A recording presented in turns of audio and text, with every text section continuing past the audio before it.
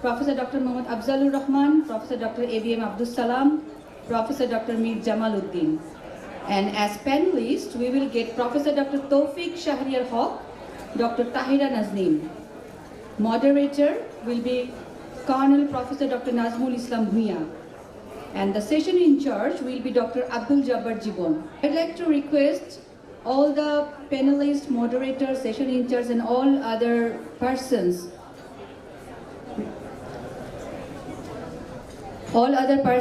related to this topic to be here. We are trying to start this session very soon. And I'd like to request all the participants to please sit at your place so that we can run our program smoothly. Thank you.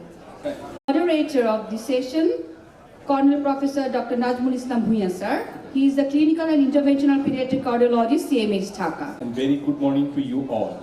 It is indeed a great honor and rare privilege for me to be present here as moderator of today's first Interventional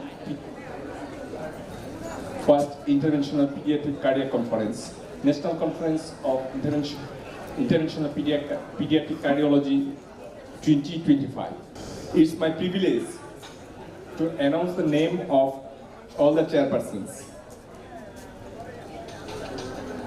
Sir, Professor Dr. Shakil Ahmed Qureshi, Consultant Pediatric Cardiologist, Evelina London Children's Hospital, UK. Professor Dr. Muhammad Shahidullah, President, Bangladesh College of Physicians and Surgeons. Professor Dr. M.D. Afzalur Rahman, Senior Consultant Cardiologist, Bangladesh Specialized Hospital and United Hospital, Dhaka. Former Director, National Institute of Cardiovascular Diseases. Professor ABM Abdus Salam, Senior Consultant, Clinical and Interventional Pediatric Cardiologist, Square Hospital, Dhaka. Professor Dr. Mir Jamaluddin, Senior Consultant, Bangladesh Specialized Hospital, former Director, National Institute of Cardiovascular Diseases. We have two panelists, Professor Dr. Tawfiq Shahriar Haq, Professor of Cardiology, National Heart Foundation, Dhaka, Dr. Tahira Nazreen, Interventional Pediatric Cardiologist, Evercare Hospital, Dhaka and Chittagong. I welcome them all to the dais. I request Professor Dr. Shahidullah. I would like to request Professor Dr. Shahidullah to come to the dais as chairperson.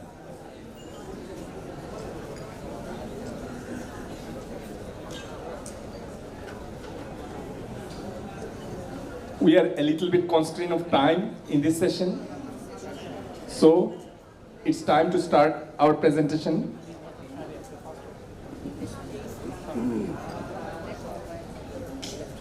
Topic of our today's presentation, first session is right ventricular outflow tract, phase 6 and beyond. Our first presenter, Colonel Professor Dr. Ashfaq Ahmed Khan, Clinical and Interventional Pediatric Cardiologist, Combined Military Hospital, Dhaka. I would like to request Colonel Professor Dr. Ashfaq Ahmed Khan to come to the dais and present his part.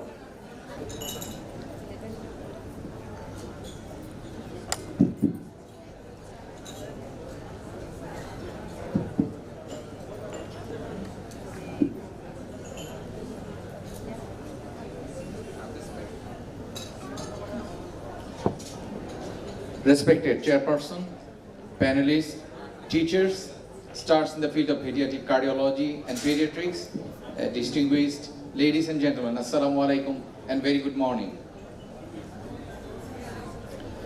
In the next couple of minutes, I'm going to apprise you on the embryological basis of right ventricular outflow tract diseases. You all know that the right ventricular outflow tract was first described as being the anatomically separated from the main portion of the right ventricle by Keith in 1924. It develops from embryological structure, the bulbous cordis, which undergoes significant remodeling and septation and during the embryogenesis and to form the mature outflow tracts of the heart. Its involvement in the various congenital heart defects and arrhythmia makes it a key area of focus in the clinical practice of cardiovascular medicine. The RVOT is a part of the right ventricle, is a tubular muscular structure in the shape of a truncated cone. The anatomical boundary is the the boundary proximally by a horizontal plane passing through the lowest portion of the supracrystal crest and distally from the basal ring of the pulmonary root. It divided into two parts, the septal component and the infundibulum. This is the surface you can see. This is the truncated cone shape of the RVOT, and this proximally it is the basal ring of the pulmonary root, and below the boundary that is then lined by the supracrystal. The proximal part of the RVOT, the septal component, is a part of the interventricular septum. It lies in the posteromedial part of the interventricular septum. It delimited from the pulmonary infundibulum by initial sections of the supraventricular crest and the septoparietal band. The subpulmonary infundibulum, it is a funnel-shaped portion of the right ventricle that leads up to the pulmonary root, located above the trabeculated portion of the right ventricle that leads up to the pulmonary root. Located above the trabeculated portion of the inflow and apical part of the right ventricle. And as you can see, this is the septal part, and just above the smooth part is the infundibulum, and this is the supracrystal, the supraventricular crest, and this is the septoparietal band. Again, you can see this is the septal portion, and just above it the infundibulum. Now the development of the RVOT. This is the outline of development of RVOT that I am going to discuss. And there are, in simplest form, there are 9 steps of development of the heart. And in the most of the cases, the number of process runs all together to form the heart. And this is the timeline of development of our heart. As you can see, after the second week, the bilateral cardiogenic areas form, and the RVOT that begins to mature and form after the 5th week in between the 7th week.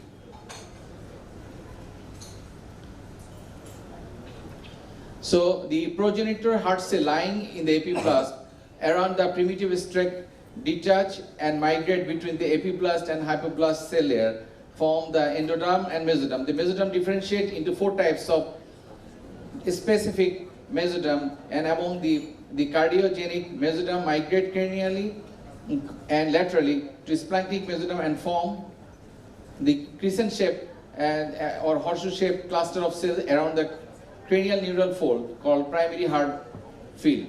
This is the cranial fold, and from its tract the cells migrate and form the crescent shaped mantle. The cell is specified to develop the atrium, left ventricle, and parts of the right ventricle. After the primary heart field, the secondary heart field develops in the pharyngeal mesoderm from the splanchnic mesoderm, and at the same time the neural crest cell also migrates cranial to the notochord. So first there is initial 2 endocardial heart tube is formed by the primary heart field within the splanchnic layer of the mesoderm on both sides. Then these 2 tubes unites in the ventral midline fusion from craniocaudally, and there is partial fusion at the sinus venosus. So the superior portion of the tube is incorporated with the bulbus cordis. The bulbus cordis has 3 parts: the proximal 1/3, middle 1/3, and the distal 1/3. The proximal 1/3 incorporates with the formation of the trabecular part of the right ventricle, and the middle third is the conus, and the distal third is the truncus. So as the bulbus cordis joins the heart tube, the bulbus cordis elongates as by the migration and proliferation of the cell, and this lengthening process is needed for the development of the RV outflow and for looping. So as you can see, the loopings and the elongation happens together, and the bulbus cordis is the narrowest portion in the most cases, except the proximal portion where the trabeculated part of RV develops. And the mid portion, the conus cordis, that form the outflow tract of both ventricle, distal part of the truncus that forms the root of the proximal part of the aorta and pulmonary artery. the conotrancus, the outflow region of the developing heart. The conus is the myocardial segment, and this is the conus, and the fibrous segment is the truncus.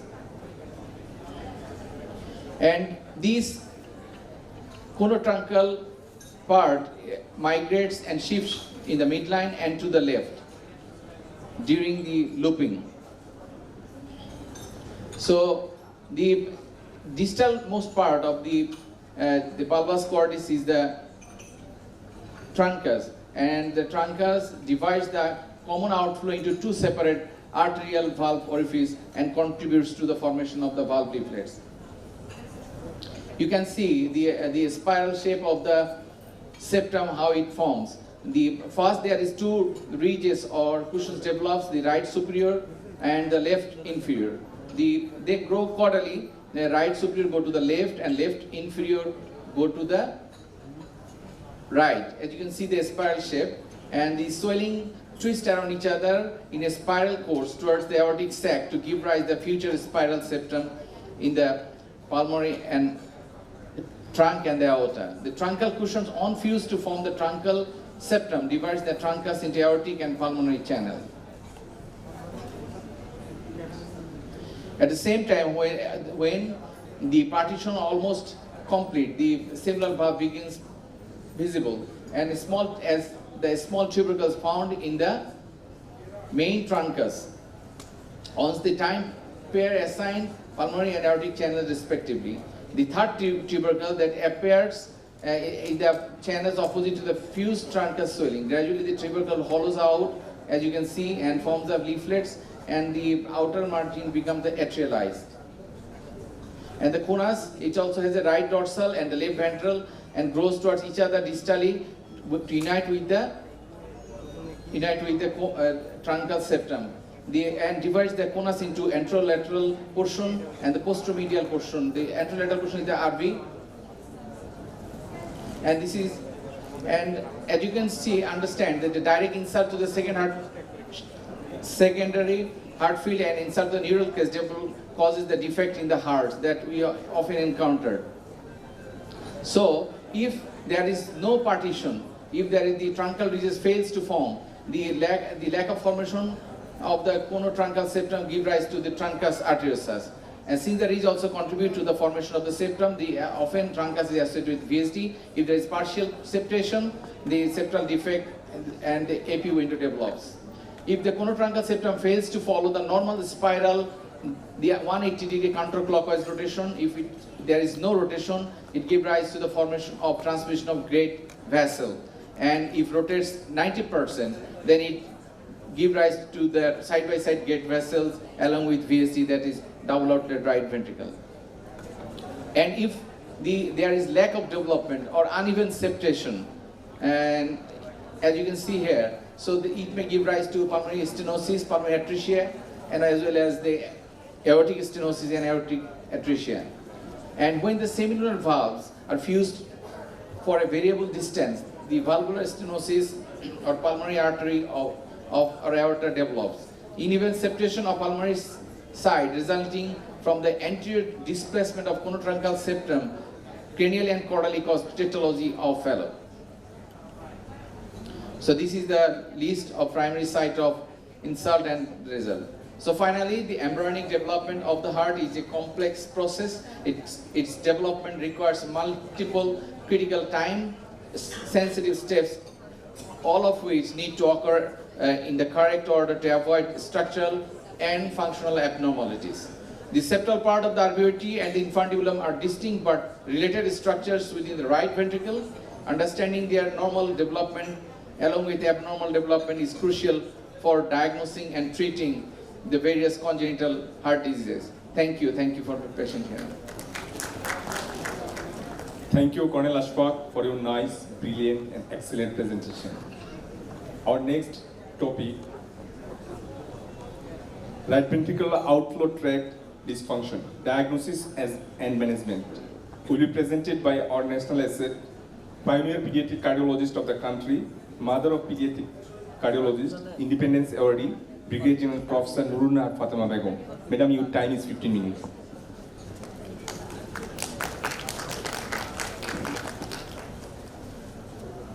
Distinguished chairpersons, panelists, and audience, Assalamu alaikum and good morning.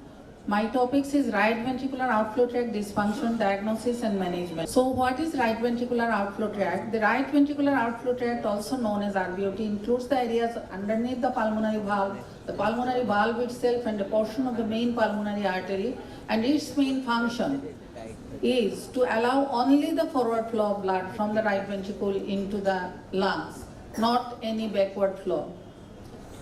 About the anatomy, this right ventricular part of the RVOT is located just below the pulmonary valve, and its shape is like a funnel shape. Next. RVOT dysfunction is of two types, functional type and structural type. In structural type, next. Structural type, there are four varieties.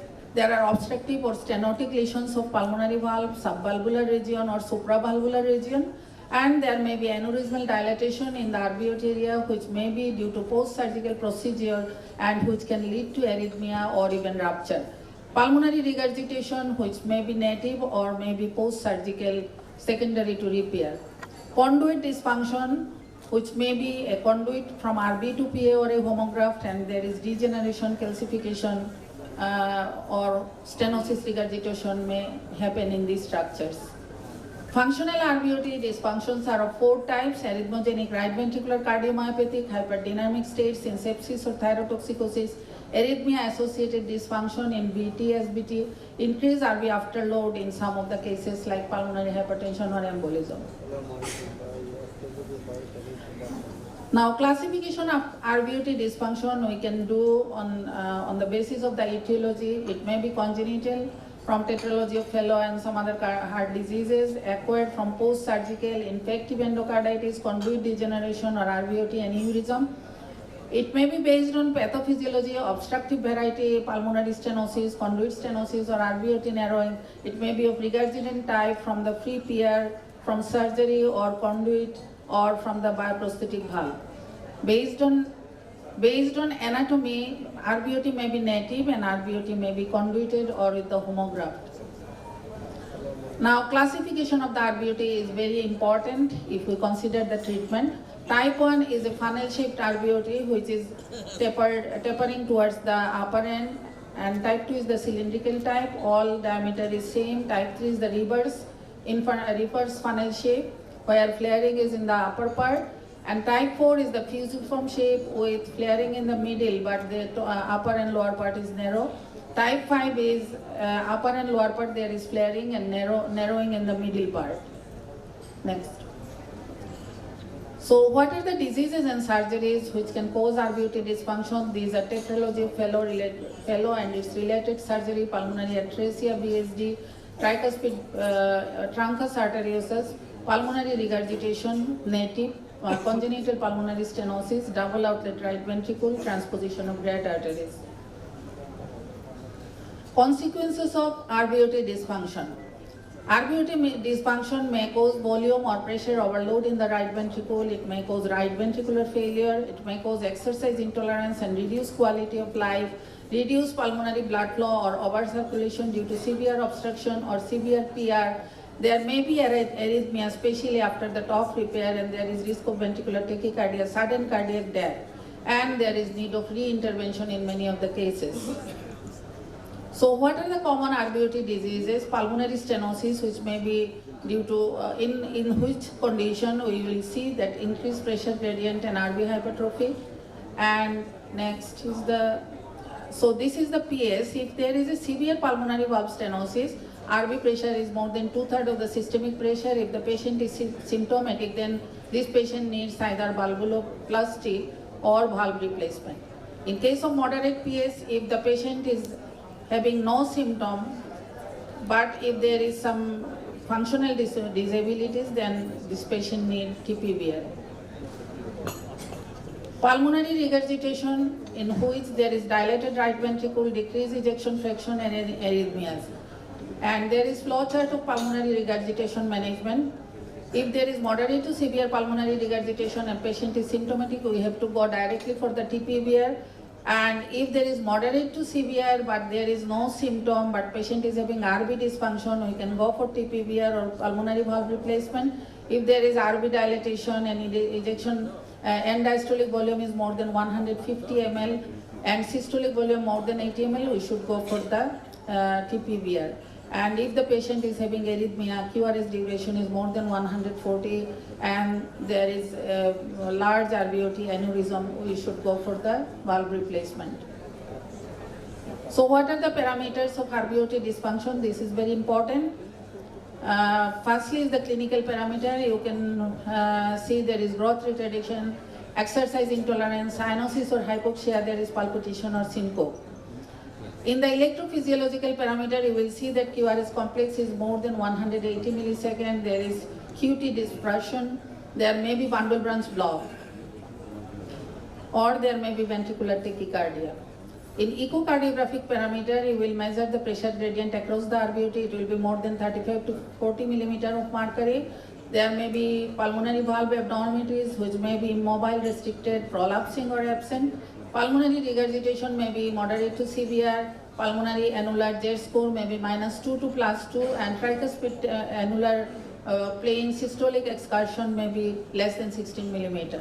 So these are the echocardiographic picture of the RVOT and the pulmonary artery up to the bifurcation, from where we can take various measurements of the RVOT and pulmonary arteries. Next. So these are the echocardiographic picture of the video of the RVOT. You are seeing that there is severe PR in these patients. Next. These are the same pictures with pulmonary stenosis and regurgitation. So in the cardiac MRI, we will do actually the quantitative study. RV volume can be measured directly. RV volume, if it is more than 150 to 170, pulmonary regurgitant fraction 25 to 40%, RV ejection fraction less than 45%. And scar imaging can be also done by gadolinium staining. Then RVOT anatomy can be analyzed, provided it provides detailed visualization of the RVOT pulmonary arteries and adjacent structure. So these are some of the MRI photo videos. You are seeing very nice photo of the RVOT. If you see this kind of RVOT, possibly Dr. Shakil Qureshi will be very happy to do the pulmonary valve replacement. Next. So this is also the photograph, still photograph. We are seeing measurement at the pulmonary valve level, subvalvular, mid pulmonary artery level and pulmonary artery level before the bifurcation. This is 4-chamber view of the MR angiogram. Next. Next.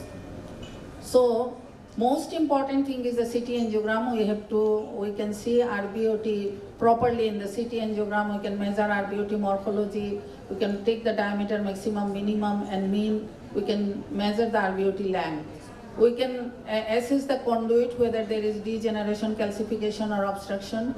We can see the pulmonary arteries, diameter of the pulmonary arteries, perimeter, branch pulmonary arteries, its takeoff and size, origin and orientation.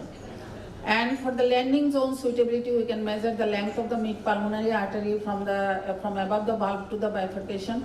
We can see the coronary artery proximity to see any chance of compression by the valve, and also we can see another additional informations. So these are the CT angiographic picture. Here we are seeing the RVOT dysfunction measurement by CT angiography. Next.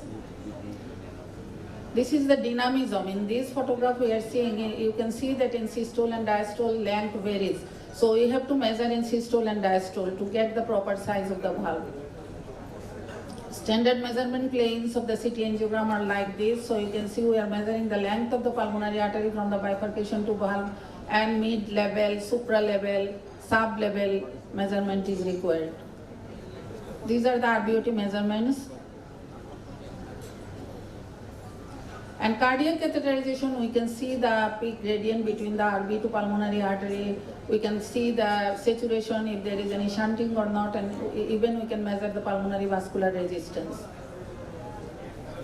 So this is the evaluation by the cardiac catheterization. You can see that areocranial view and lateral view give very good picture of the pulmonary arteries and RVOT, and we can measure the RVOT very nicely Even with the balloon with the balloon compression of the RVOT, we can see the RVOT diameter and also at the same time coronary compression from the aortogram. So this is one of the RV angiogram. You are seeing that the left pulmonary artery is absent in this patient with right pulmonary artery origin stenosis. We actually did melody valve in this case. So this is the RVOT anatomy from the cath lab. Next. Now, how we'll do the management of the RVOT dysfunction? In medical management, we can use diuretics, beta blockers. In surgical management, we can use valve replacement by surgical technique. And in intervention cath lab, we can do transcatheter pulmonary valve replacement. Now, transcatheter pulmonary valve replacement, summary of the indication is there should be RVOT dysfunction in the form of stenosis and regurgitation, should be RVOT, RV dilatation or dysfunction, should be symptomatic patient from NYHA classification of 2, 3, 4 type. Next. And post-congenital heart surgery history should be there, whether it is a paced RVOT or convoluted RVOT, and there should be anatomical suitability from the patient's age and weight should be appropriate. RVOT diameter should be good because some valves can do up to 22, some valves can do more. So we have to know the RVOT anatomy and measurement. Now for convoluted or valve RVOT, we can use Melody and Edwards-Sapien valve. These are self-expandable valve. And for the native and dilated RVOT, we can use Harmony, Altera, Venus P valve. These are the large diameter self-expandable valve for the large native RVOT. So these are this is the Melody, Edwards-Sapien for the convoluted RVOT. This is the Harmony valve for the naked or paced RVOT with large diameter, Venus P valve for the large diameter paced RVOT. So if we compare the convoluted versus native RVOT, convoluted is performed in Ross homograph procedures and in conduits, and native is in post-op surgery repair. Valve used in convoluted is Melody and Sapien. Valve used in native is Harmony, Altera, Venus P and others. And convoluted one is a straightforward approach, but the naked RVOT or paced RVOT, it is a little bit difficult. Technical challenge is more in the paced RVOT and less in convoluted RVOT. So if we see the outcome with Melody, 98% success rate, Sapien 98 to 100% success rate, and Harmony is 90 to 95%. This will be shown in detail by Professor Shakil Qureshi. Now, outcome of the TPV are high procedure success, improved functional capacity, and delay of surgery and intervention for few years, and reduction of pulmonary regurgitation and stenosis. Now I will show you two interesting cases. Mahdi, 23 years old, and in initial surgery, he was my patient since his birth. Initial surgery at the age of 1 year in 2002. Then he was symptomatic. Second surgery in age of 10 years maybe in 2014. Then he was again symptomatic in 23, and we did the echocardiography, and this is his echocardiography showing severe valve stenosis. So I discussed this case with Professor Shakil Qureshi in UK, and he said to replace, to do valve-in-valve implantation with the my valve. So we did the my valve. Rapidly I'm showing you the my valve. Next one. We contacted with the Merrill Life Science, and they provided us with the doctor, Dr. Shiva Kumar. So this is in the first video you are seeing the valve, and in the first video you are seeing the breaking of the perimount surgical valve with the high pressure balloon, and in the second you are seeing the valve. Next. So this is our patient after the valve implantation. Next. So this is the last case, Tamanna. Tamanna is 13 years old now. She was my patient since birth with pulmonary atresia.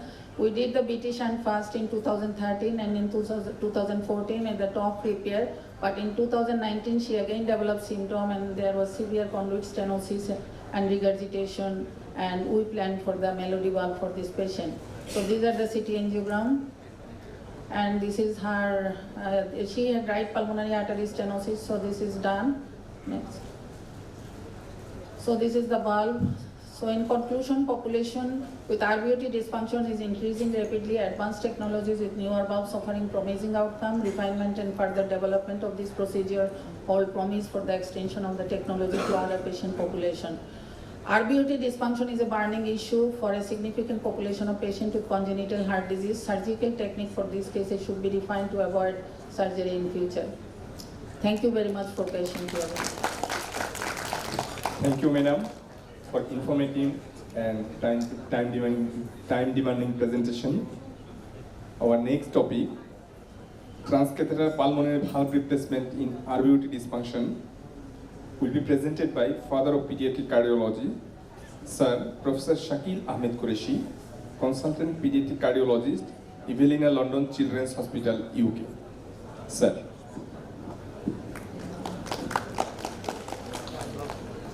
All right, thank you very much, Chairman, ladies and gentlemen. I'll quickly go through the options for percutaneous pulmonary valve replacement in right ventricular outflow tract dysfunction. Slides are not moving.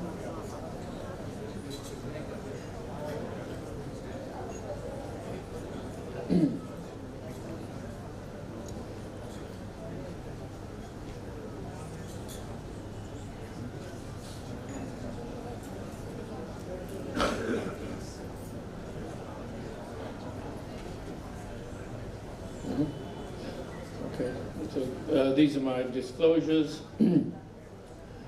So Dr. Noor Nahar has gone through various definitions and treatments. So why do we want to replace the pulmonary valve when there is pulmonary valve or right ventricular outflow tract dysfunction?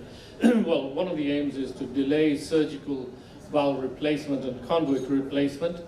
By doing that, we reduce the number of reoperations during the patient's lifetime. So what's available to us is balloon expandable valves such as the Melody, the Sapien, the My valve, the Vitae, and then the self-expanding valves for the larger diameter such as Venous P valve, Harmony, Pulsar, and Altera. There are some different conditions when we replace the valve. The aim is to reduce the heart size on a chest X-ray, improve the right ventricular ejection fraction, improve exercise tolerance. And what is noted about more than 20 years ago was that if you waited too long when the right ventricular end diastolic volume was above 170 to 180 mils per meter squared, if you then replaced the pulmonary valve, and in those days it was surgical, then there was no remodeling of the right ventricle. Whereas if you replaced it at 160 mils per meter squared, these are all MRI-based studies, then there was a significant reduction of the right ventricular end diastolic volume and remodeling occurring when the valve is replaced. Same thing was noted about 9 years ago in 2016 when you replace the pulmonary valve early, then the remodeling of the right ventricle occurs.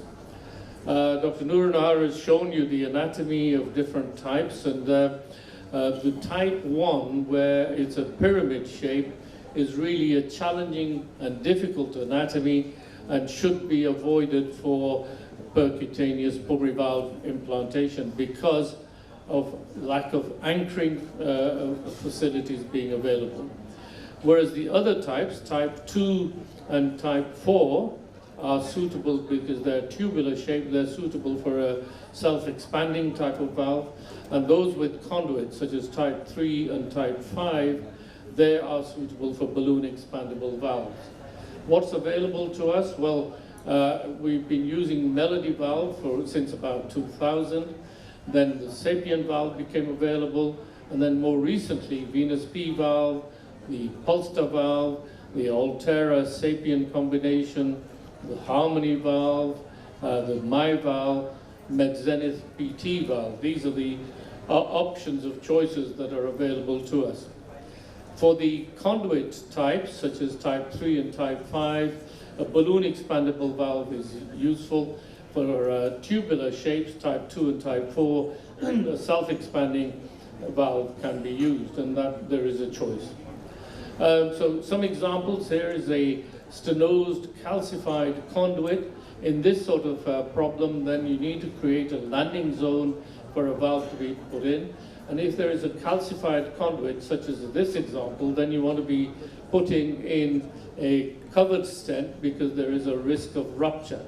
And so here is a covered stent implanted, and that creates the landing zone. Sometimes more than one stent is needed in order to produce an adequate landing zone.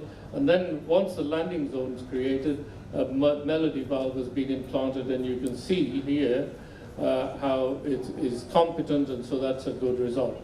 The problem with melody valve is that it's available up to diameter of 22, so the largest diameter you can make a conduit is going to be about 22 millimeters.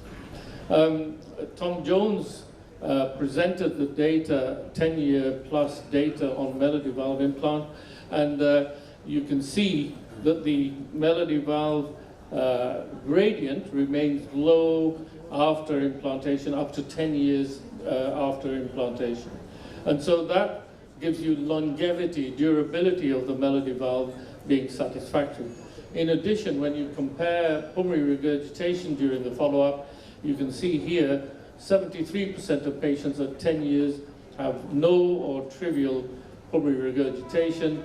Another 25% have mild pulmonary regurgitation. So about 97%, 98% of patients have either non or mild pulmonary regurgitation at 10-year follow-up. So that is a good durability again.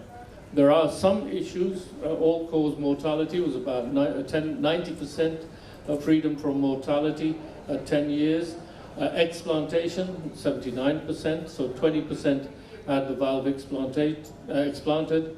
Melody valve dysfunction in just over half. Endocarditis, that's the main concern really. About 2% per patient year of patients with melody valve developed endocarditis. Sapien valve you've seen, this is available in 23, 26 and 29 millimeter sizes. It's been implanted in previously implanted surgical valves as well as other native conduits. So here you see a surgical valve which is stenosed and regurgitant, which was cracked with an Atlas 24 millimeter balloon, and that widens the valve sufficiently for a Sapien 23 millimeter valve. You see here being positioned and inflated, and then there's the final result, a competent valve with no stenosis as seen here. So Sapien valve has developed an important role because it is available in slightly bigger diameters than the melody valve. Harmony valve, some of these self-expanding valves are on clinical trial and being evaluated. Some have been available for use now. The Harmony valve is a porcine pericardial tissue valve with an inner diameter of 25 millimeters here. It's a self-expanding nitinol frame. The cloth covering is polyester. The proximal flare is 52 millimeters, distal flare 49 millimeters, and the valve is fixed at single valve size of 25 millimeter diameter. So here you see Harmony valve implantation, which is positioned in the normal percutaneous pulmonary valve position, and you see here a very good result with a competent Harmony valve. The main concerns have been arrhythmias, ventricular tachycardia in 18% of patients, other smaller incidents of complications, but the main one, because of the flare protruding in the right ventricular outflow tract in the infundibulum, there is a tendency for arrhythmias which eventually settle down. Polster valve, again, this is a self-expanding valve with a smaller flare.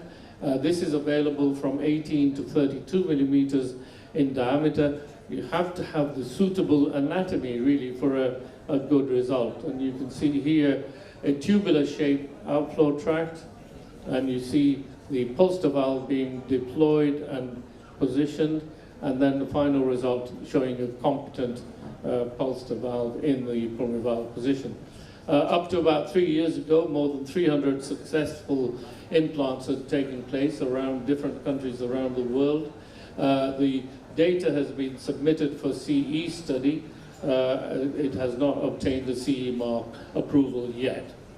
The Edwards Altera pre-adaptive stent is another self-expanding valve. There is single size of the Altera stent, which is 40 millimeters diameter and 48 millimeters length, and that requires an internally implanted sapien valve.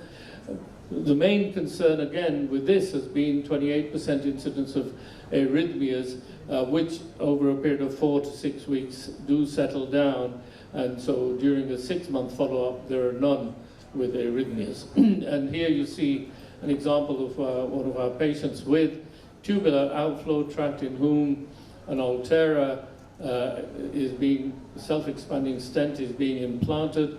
That shows the good position of it. What that does is it creates a landing zone for the sapien valve. There's free pulmonary regurgitation there, and then a sapien valve is implanted inside the Altera, and that produces a competent sapien pulmonary valve, as you can see there. I'll focus a bit more on the venous P valve. This is available from 28 millimeters to 36 millimeter inner diameter. It's made of porcine pericardial leaflets and nickel titanium alloy. And here's an example. First implant of it was outside China in 2013 in Bangkok. And here's a challenging outflow tract. You can see with a little bit of dilation in the proximal main pulmonary artery. We usually do balloon interrogation first. That gives you an indication of the size of the valve that's required, and then position a stiff Lunderquist guide wire either in the left or right pulmonary artery.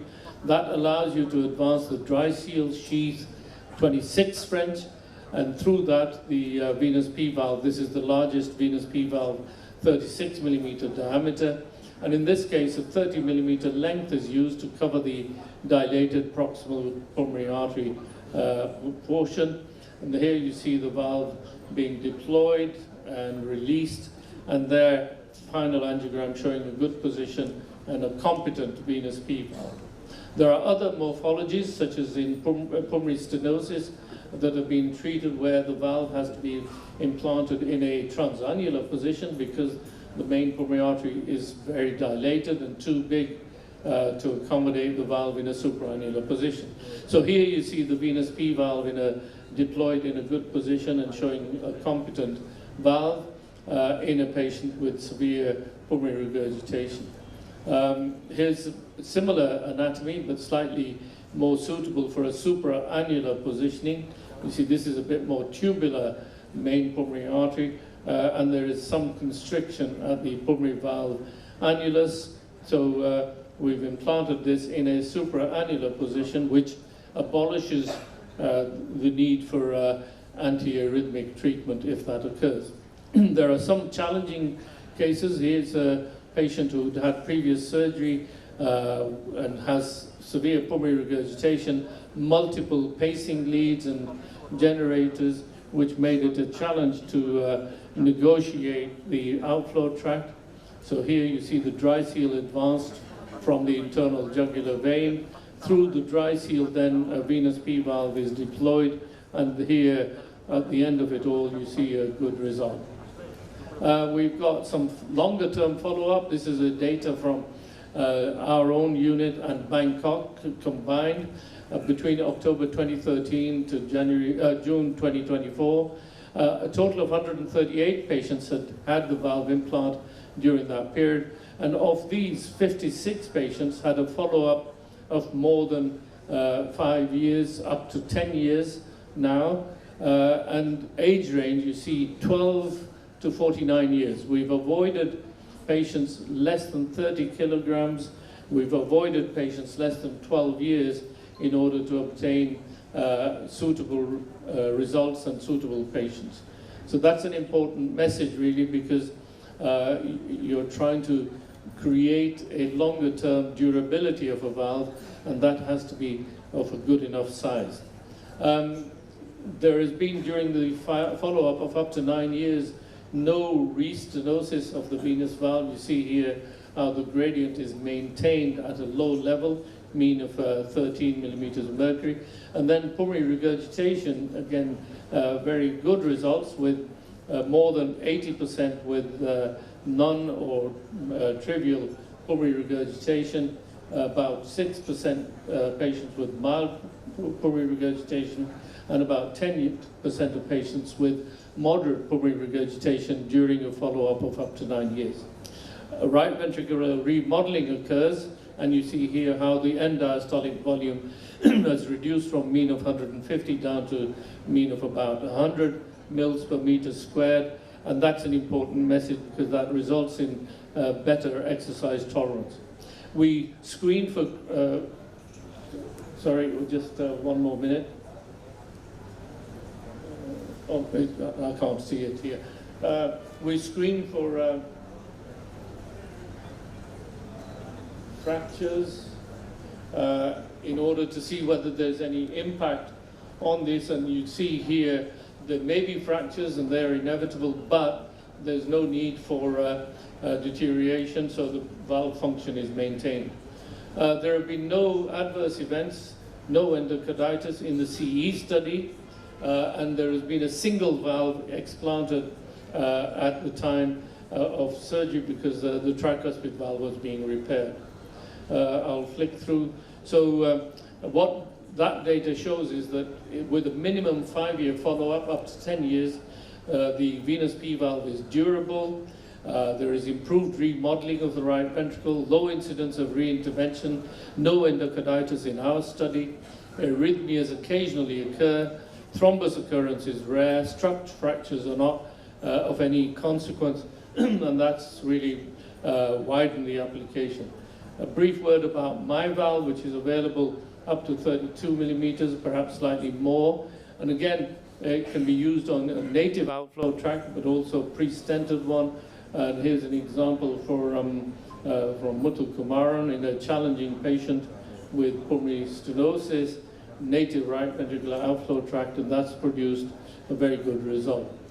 So these are the variety of valves that are available, and what you have to do is really match them to the outflow tract anatomy. Melody valve for conduits up to 22 millimeters, Sapien valve up to 29 millimeters in conduits, Harmony and Altera in patched right ventricular outflow tracts, Venus P valve in patched right ventricular outflow tracts that are larger, Pulsar valve in up to about 32 millimeter outflow tracts. And so what that does is it provides you with a choice of different types of valves. One valve is really not the be-all and end-all. It's difficult economically to have all the valves available, so if you have one balloon expandable and one self-expanding valve, that should really cater for most of the patients that we deal with. Thank you very much for your attention. Sir, for your excellent presentation. Our next presenter, Dr. Shiva Kumar Kothandam, Head of Department of Pediatric Cardiology, Institute of Cardiovascular Diseases, Madras Medical Mission, Chennai, India. He will give online presentation. We'll take a few minutes time to make him online. Can be widely varied. The 20 to 23% of the RVOT anatomy may be conduits, which can be homographed, xenograft, or hand-fashioned conduits. Sometimes we can have a conduit which is not stenotic and primarily regurgitated. The second larger group will be a post-transcendental patch repair or post-surgical pulmonary valve free pulmonary regurgitation, which is native right ventricular outflow tract, which can be classified as pyramidal form, tubular form, hourglass form. And in this particular entity, we need to see a small entity called native RVOT at a risk of coronary compression. And the third one will be bioprosthetic valve and valve compression. Coming to stenotic conduits. Conduits can be implanted in tetralogy of Fallot with pulmonary atresia, tetralogy of Fallot with absent pulmonary valve, TOF with coronary crossing RVOT, and sometimes post-tetralogy of Fallot when they do a surgical pulmonary valve homograft for PR, and then that surgical pulmonary homograft degenerates. It can be Rastelli surgery for TGA, TOR, or truncus, and it can be Ross procedure also. Coming to a very minimally stenotic conduit in tetralogy absent pulmonary valve syndrome done in infancy. Now 18-year-old conduit which is severely stenotic with a gradient of 137 millimeters of mercury. In the second slide you see that it has been stented with 2 Andra stents. This is not covered stent. And the gradient reduces to very minimal levels, and subsequently 23 valve has been implanted. The question is, when is covered stent mandatory? We generally feel that a covered stent is mandatory if it is a calcified aortic homograft or a calcified pulmonary. If the patient is very old and if there has been a long gap between the original surgery and the time when you are doing the pulmonary valve implantation, and if you are oversizing the conduit by more than 4 millimeters. But sometimes covered stent may not be necessary if it is a Contagraph conduit or bovine pericardial conduit, non-calcified as I showed in the previous example, and if the oversizing is less than 4 millimeters, as well as non-stenotic conduits.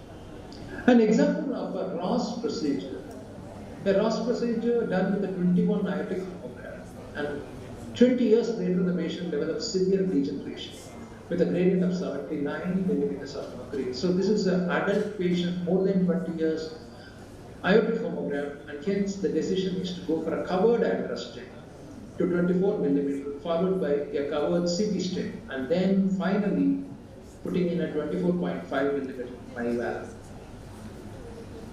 Some of the conduits can be non-stenotic.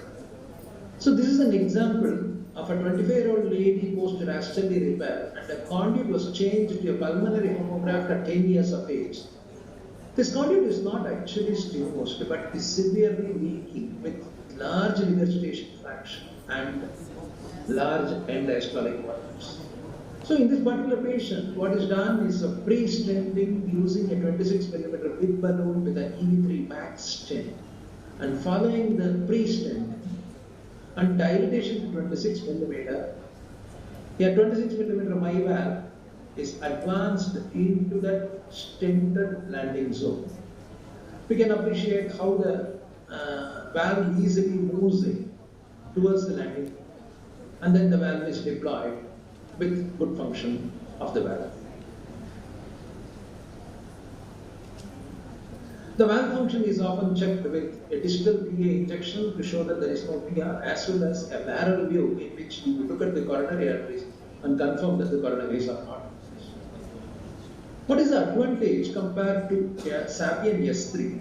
Sapien S3 is a similar bovine pericardial valve available in 3 sizes, 23, 26 and 29, whereas my valve is available even in larger sizes of 30.5 and 32. 35 millimeter is available off-label, and intermediate sizes are available, which means 24.5, 27.5 and 30.5.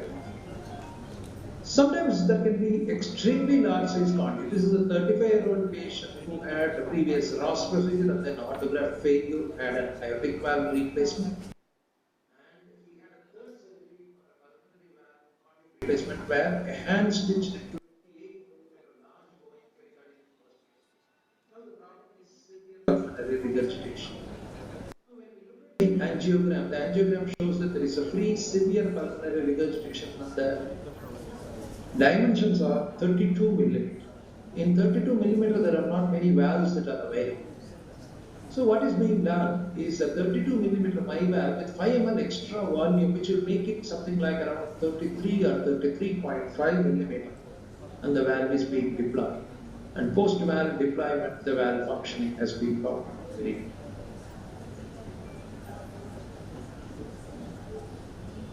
Coming to native right ventricular outflow tract, there are various morphologies which are called as pyramidal outflow tract. Pyramidal outflow tract, we have to decide whether there is stenosis or no stenosis. An example of a patient with a pyramidal outflow tract where there is a distal main pulmonary artery and branch pulmonary artery narrowing, being studied by a virtual reality tool.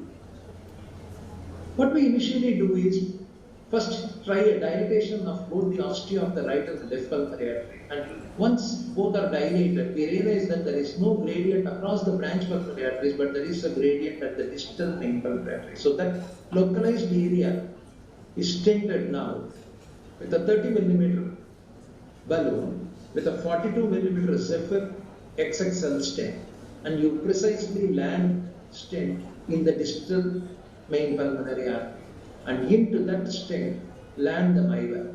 So this is a 32 millimeter MI-valve position in the proximal part of that pre-stent. We can check the valve function as well as check the. Sometimes pyramidal outflow tract will have significant branch pulmonary artery narrowing. This is an example of left pulmonary artery severe stenosis in a 30-year-old lady post-transanular patch with the pyramidal outflow tract. So what we plan is putting a long stent from the main pulmonary artery into the left pulmonary artery, dilate the side strut that is protruding towards the right pulmonary artery, and finally optimize the stent in the proximal part by dilating it with a coda balloon. This is followed by landing a MI-valve within the main pulmonary artery segment of the stent. So this is a pyramidal outflow tract which is tackled by stenting from one of the branch pulmonary artery into. Sometimes there can be a pyramidal outflow tract with no stenosis at all. Only the distal short portion of the main pulmonary artery becomes the landing zone. In this case, what we try to do will be to put in a stent exactly in the region of the distal narrowed main pulmonary artery. So here we can appreciate that the last part of the main pulmonary artery is the narrow portion, and so this is being stented, and following that we put in a MI-valve, and the MI-valve is expanded exactly in the distal part of the main pulmonary artery. So these are the different ways in which you can address the pyramidal outflow tract. If you have distal main pulmonary artery stenosis, you stent the distal MPA with a stent. If you have branch pulmonary arteries, you stent from one of the branch pulmonary artery into the main pulmonary artery. And if there is no stenosis at all, then precisely land at the distal main. Coming to large tubular outflow tracts. If the tubular outflow tracts are very large, sometimes they will need a pre-stent, sometimes you might have to directly land a valve. So this is an example of a calcified right ventricular outflow tract. So in order to create an unobstructed pathway, we put in a 28 millimeter pre-stent with an Andra XXL stent. And this is followed by a MI-valve implantation. This is a 29 millimeter MI-valve positioned within a 28 millimeter pre-stent. And the valve is found. The last subset of native RVOT will be where there is a risk of coronary compression. So here you can see that this is a single lung ICR where the blood flow is precisely going only into the right pulmonary artery, there is no left pulmonary artery. When you are doing a balloon compression, you are actually creating a compression of the left main coronary artery. So in this particular patient, a plan is taken to land the valve proximal to the coronary artery. So that means we are coming intentionally towards the right ventricular outflow tract, and the valve is landed in the region of right ventricular outflow tract proximally, so that the valve lands proximal to. So here the valve is being positioned and the valve is expanded. After expanding this 32 millimeter valve, now we check the coronaries are actually distal to it. So that means you can land the valve proximal to the coronary. Sometimes you will exactly do the opposite of it. So this is a patient who is having a hourglass right ventricular outflow tract where the left anterior descending coronary artery runs below it. So in this particular situation, the NAD that is crossing the right ventricular outflow tract is actually running underneath the outflow tract. And in order to avoid a compression, we are landing the MI-valve proximal to the coronary. So here you can appreciate that the coronary is being delineated with the guide wire, and we are landing the valve just proximal. So the valve being a very small profile valve, we can position the valve in the most desired position. This is an extremely complex patient with a single coronary artery where the right coronary artery is actually emerging out between the outflow tract and the aortic. So in this particular patient where you anticipate that there may be a coronary compression, put in a guideline so that in the picture you see that there is a guideliner that has entered into the right coronary artery and the valve is deployed proximal to the coronary origin so that the coronary is not compressed at all. The last group of diseases that are dealt with are tissue valve-in-valve implantation. Some of the valves are fracturable, some of the valves are non-fracturable. So this is an example of how we fracture a perimorph valve. So this is a 26 millimeter perimorph valve which is being fractured using a 26 millimeter balloon, and finally you land at 27. So this is after an Atlas Gold dilatation. Valve has been.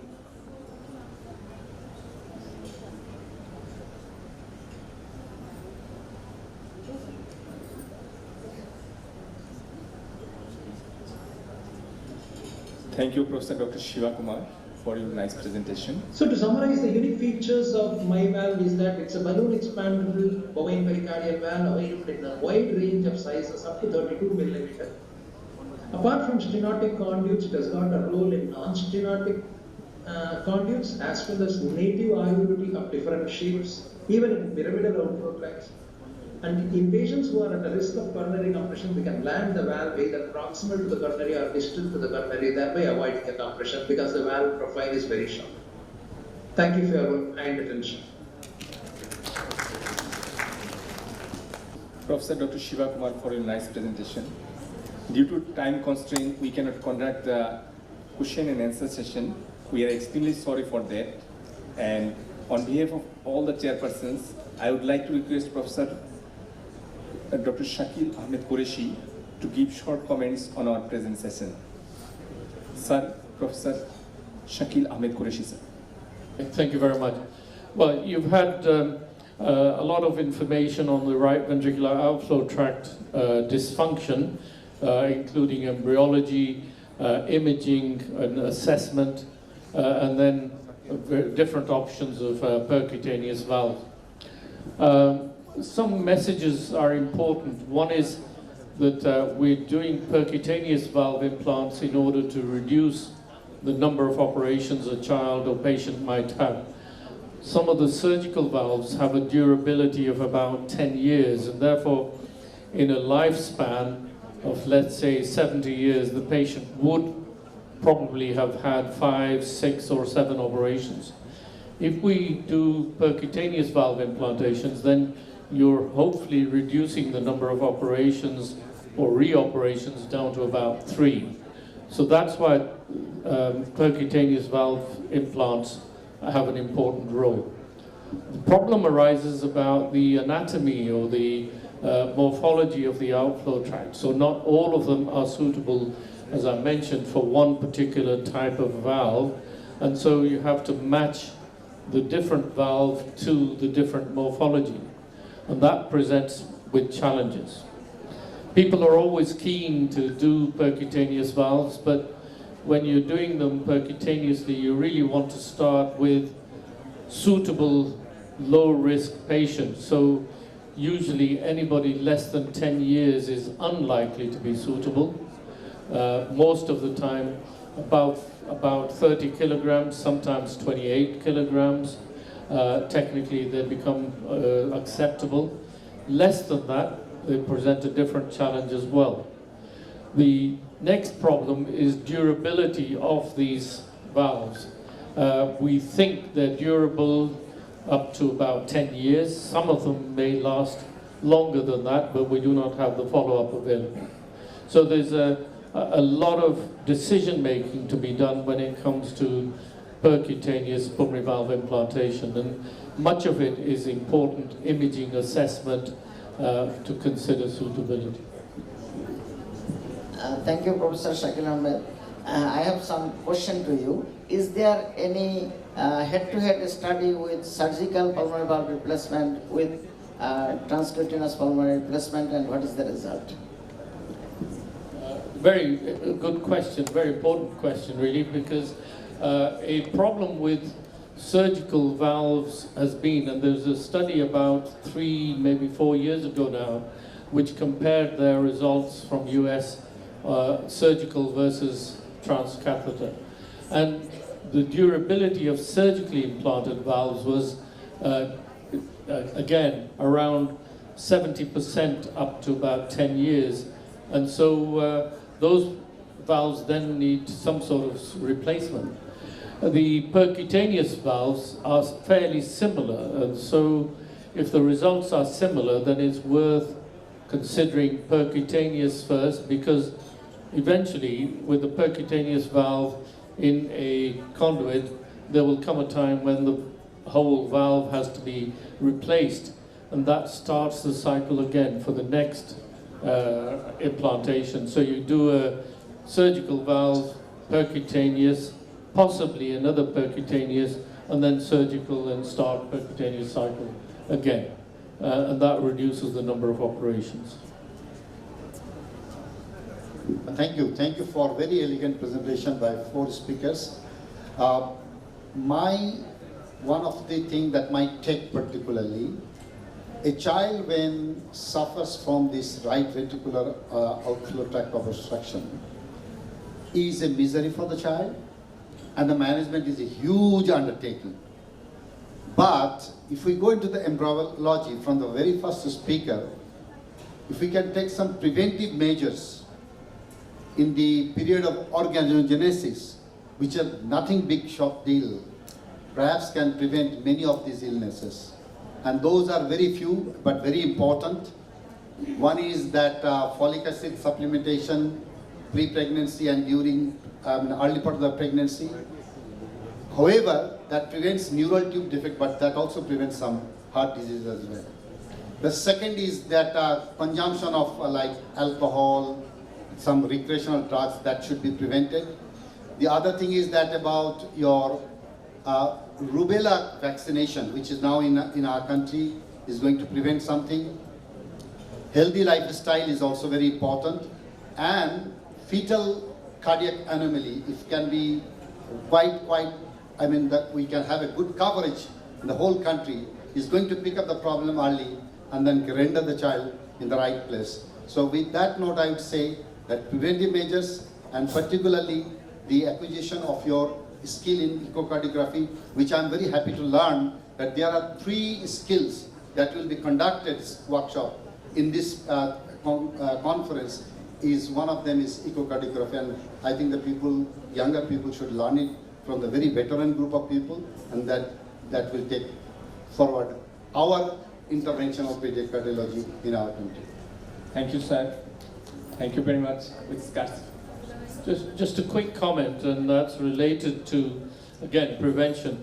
And it may be an odd comment to make, but many years ago, if somebody will have to look up the data now because I haven't checked, but one of the lowest infant mortality rates is found in Cuba. And that was because about 30 years ago, maybe a bit more than 30 years ago, Fidel Castro decided to look into the reasons for congenital heart disease, and because it was expensive treatment, they could not afford the treatment, and so he wanted to reduce the incidence of congenital heart disease. And so he asked my colleague Michael Tynan to do frequent visits with another colleague, and instituted a training program throughout Cuba for fetal echocardiography.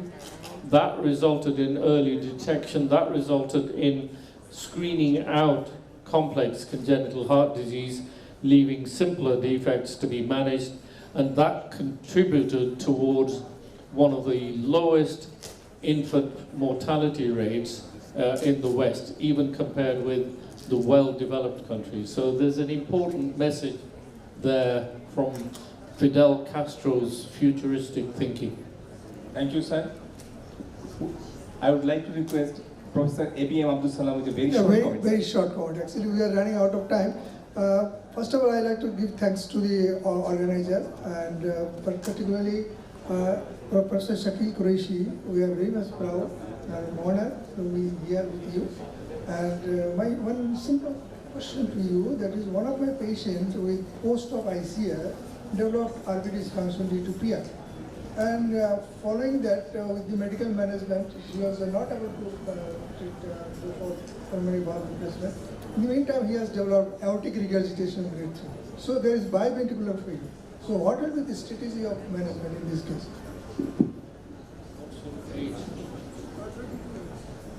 Yeah, the aortic regurgitation is uncommon, but it's not surprising because some of the complex tetralogies have a very dilated aortic root. And so if we can usually manage that medically by regular follow-up, as long as it remains mild, but if it progresses and becomes severe, then both aorta and the pulmonary regurgitation needs to be treated.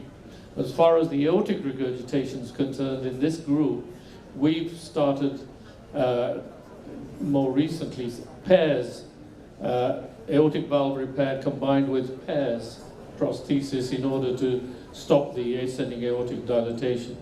And so that might have an important role for the future. Thank you very much. With this, we are ending of this session. Thank you very much. Thank you everybody for kind attention. I would like to request all the chairpersons, panelists, speakers to come to the photo booth.